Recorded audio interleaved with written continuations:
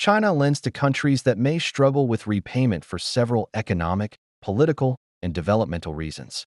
The primary motivations include the belief that long-term infrastructure development will facilitate repayment, securing strategic assets and resources, expanding China's global influence, and exporting domestic industrial overcapacity. Developmental and economic rationale long-term. Growth potential. China operates on the assumption that funding industrial and infrastructure projects, like ports, railways, and power stations, will lead to long-term economic growth, urbanization, and increased fiscal revenue for the borrowing country, eventually enabling them to repay the loans. Addressing the infrastructure gap, many developing nations face a significant gap in infrastructure financing, which China's state-owned policy banks are willing to fill where Western lenders or institutions like the IMF and World Bank may be hesitant or impose stricter governance conditions. Domestic economic benefits.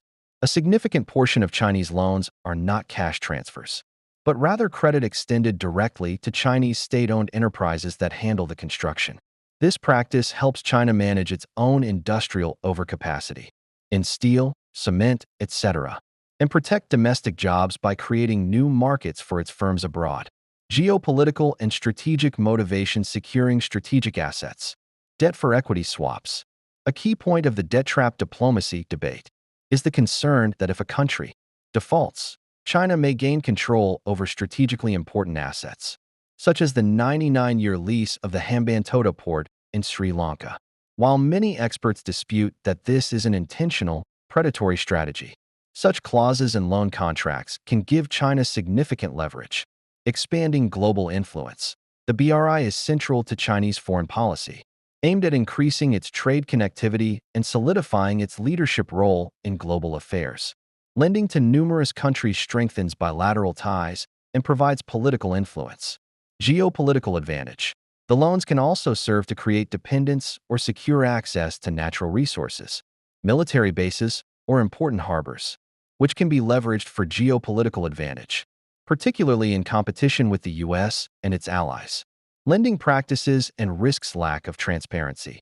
Chinese loan agreements often contain stringent non-disclosure clauses and are sometimes routed through offshore entities, making the true extent of debt and conditions difficult for independent observers to assess.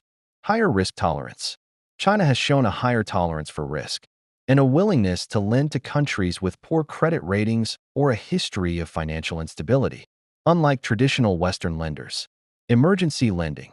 China has increasingly acted as an emergency lender of last resort, providing rescue financing to help distressed borrowers service their debts to avoid defaults that would negatively impact Chinese lenders' balance sheets.